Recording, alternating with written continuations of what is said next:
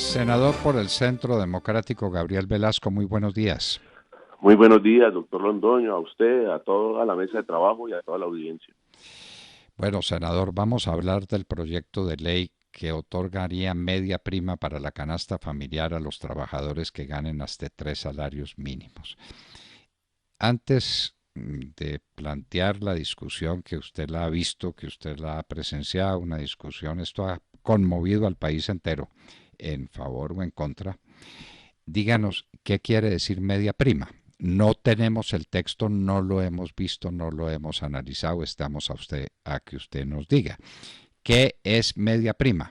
¿La mitad de la prima que se paga a medio año o la mitad de la prima anual que se le paga a los trabajadores, es decir, medio sueldo? ¿Qué es media prima? Media prima, como lo acaba de describir usted, es medio sueldo, son 15 días de salario al año para las empresas grandes, son 10 días de salario al año para las empresas medianas y son 5 días de salario para las empresas pequeñas.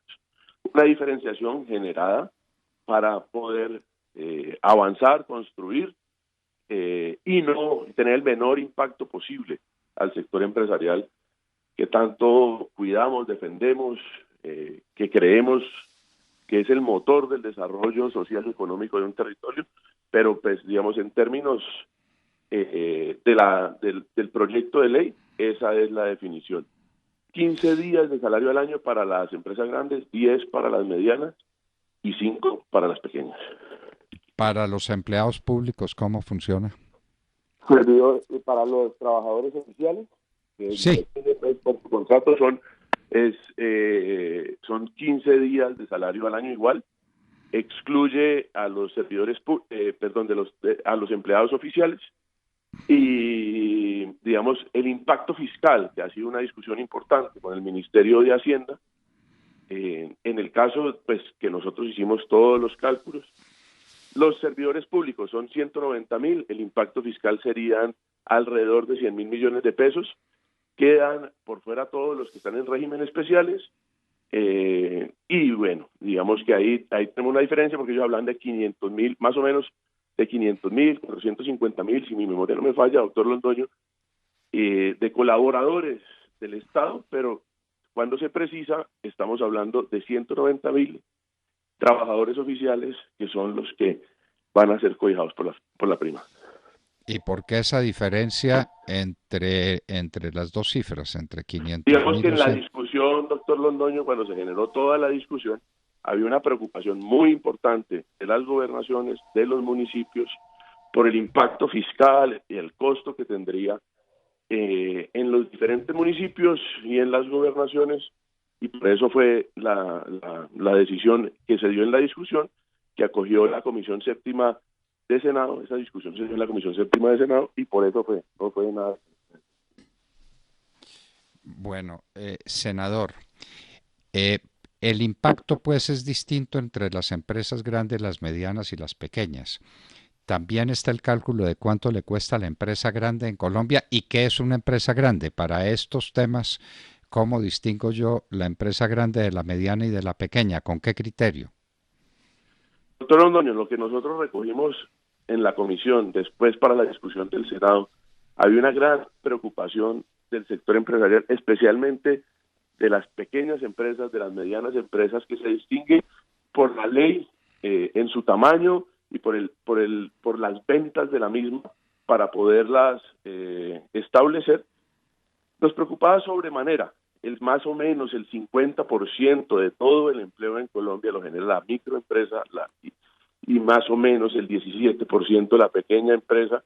Ahí está cobijado, digamos, el mayor número de todos los colaboradores, y por eso tuvimos la diferenciación, porque queríamos que tuviese el menor impacto posible. Por eso hicimos dos cosas: una diferenciación por el tipo y el tamaño de empresa, y segundo, una gradualidad, porque se hizo un gran pacto nacional para generar el salario mínimo para el 2019. La prima entra en vigencia un año después de su promulgación, que debería ser el 2020.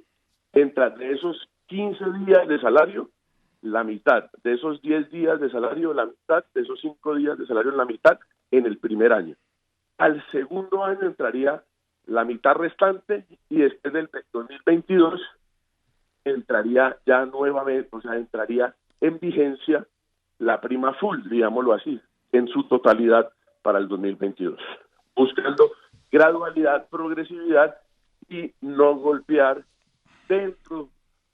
Sabemos que tiene un impacto para el bolsillo de las empresas, pero tiene un mejor impacto para el bolsillo de los colombianos, para la clase media trabajadora que permanentemente, doctor Londoño, cuando vamos, la visitamos en todos los lugares de Colombia, nos dice que su bolsillo está pasando dificultades, me perdona la expresión coloquial, que está pelado y que necesita una corrección que se generó en el 2000, en el gobierno pasado por un IVA que generó, pasó del 16 al 19%, que le quitó la capacidad a la clase media trabajadora de alrededor de 300.000 pesos al año, que es lo que queremos corregir con esta prima. ¿Le va a ir mejor al trabajador de la gran empresa que al trabajador de la pequeña y de la mediana empresa? ¿Ustedes no advierten la posibilidad de una acción constitucional en favor o en función del principio de la igualdad para que los trabajadores de las pequeñas y de las medianas empresas no le digan a la Corte Constitucional por qué no me pagan a mí lo mismo que me pagan si yo estuviera trabajando para una gran empresa?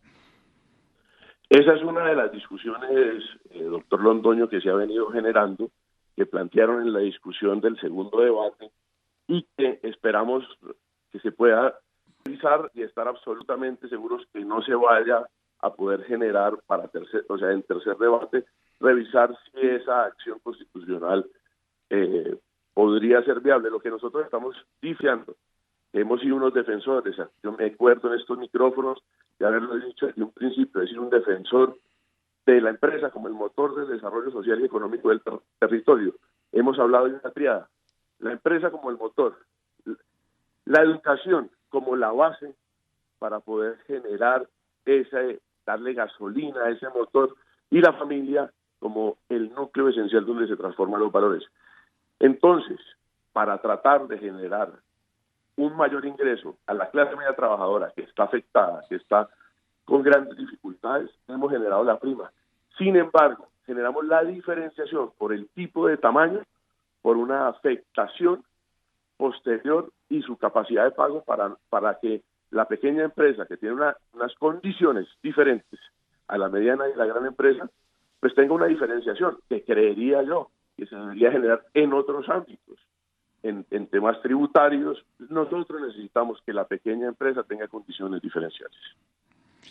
Sí, pero pues el trabajador de clase media, el trabajador, perdón, de empresa media y de empresa pequeña dirá, si yo estuviera en una empresa grande me pagan 15 días de prima y ahora no me van a pagar sino 5 días porque tengo la desventura de estar en una empresa todavía más frágil que las empresas grandes.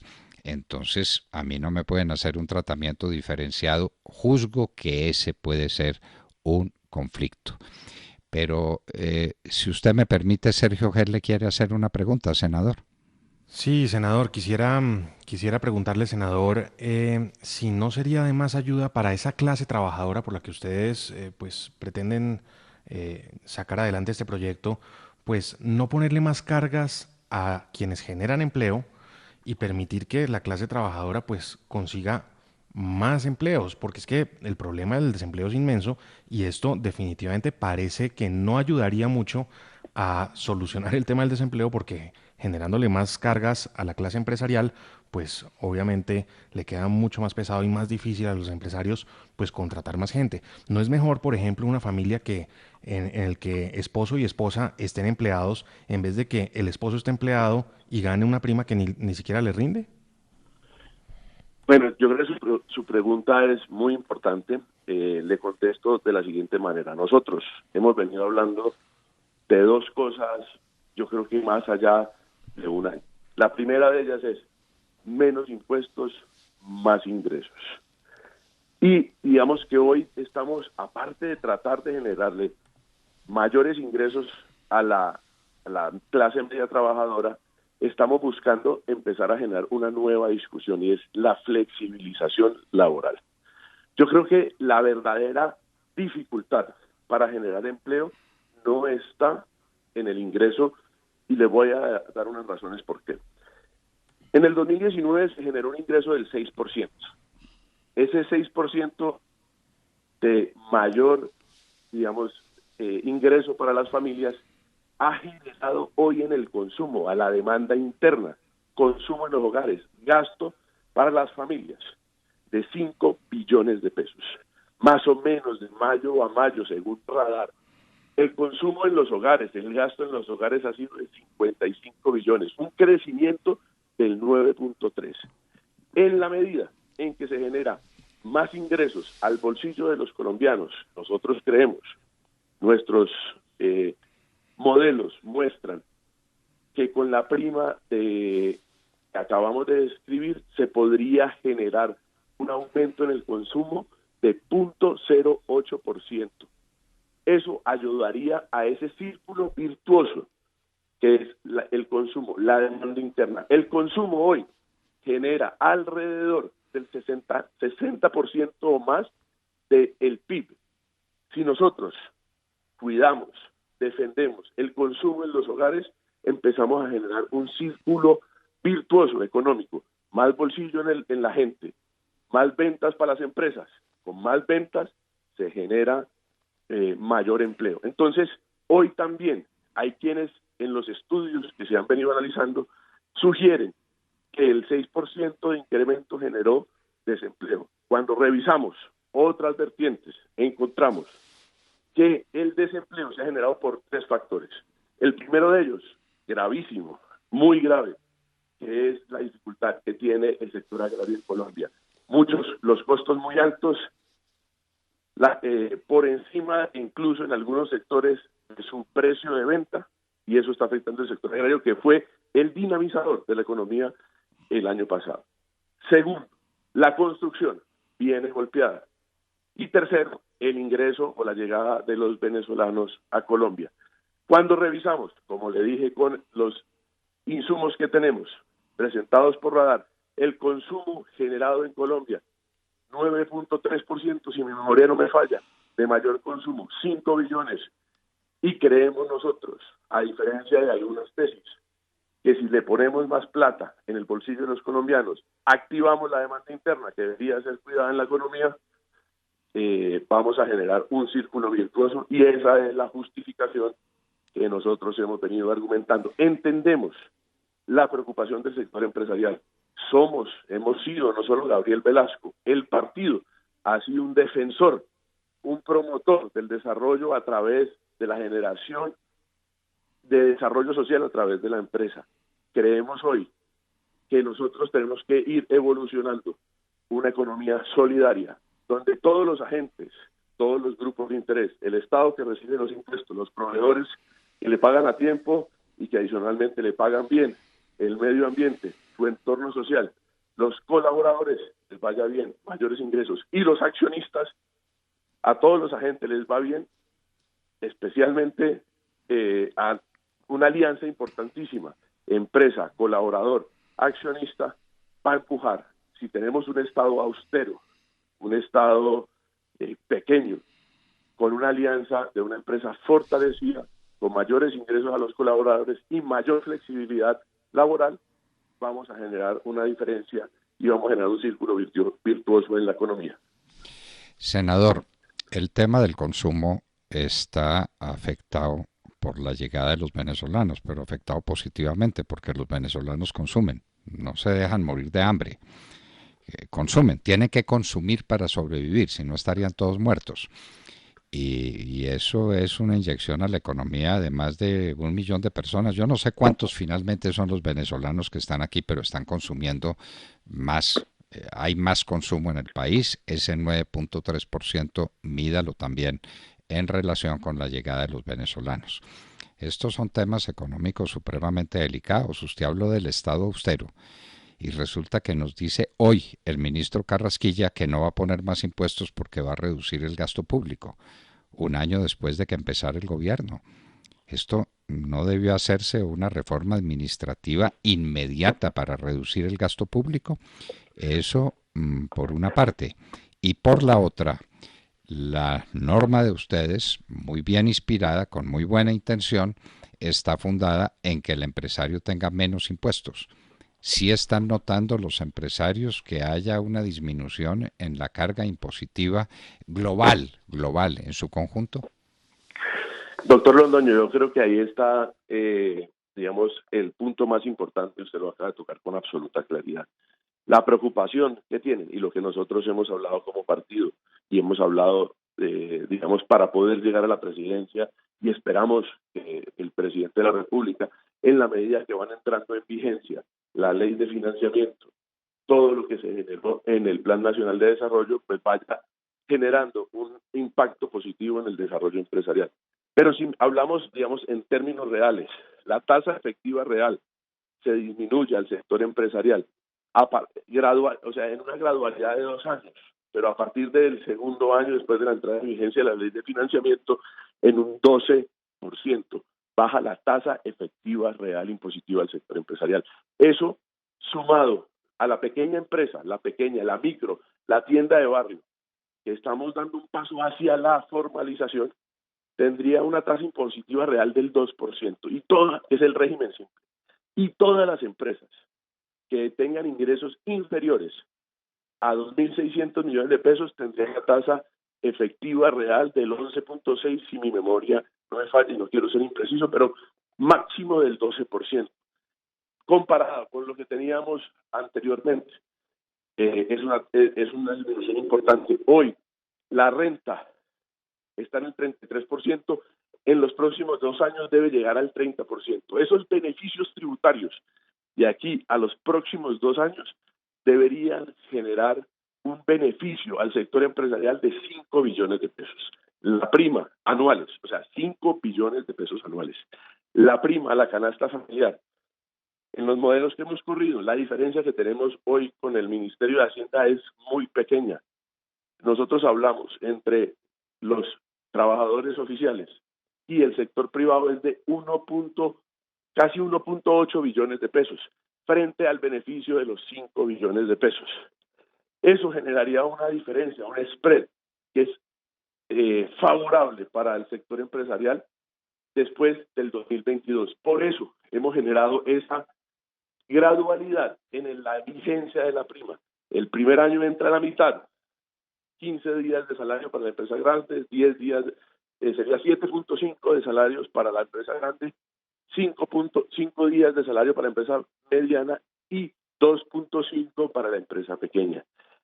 Cuando entre en vigencia completa el beneficio tributario, entraría completa también la vigencia de la prima, que sería 15 días de salario para la empresa grande, 2022 más o menos darían los cálculos después de la entrada en vigencia de la ley de la prima.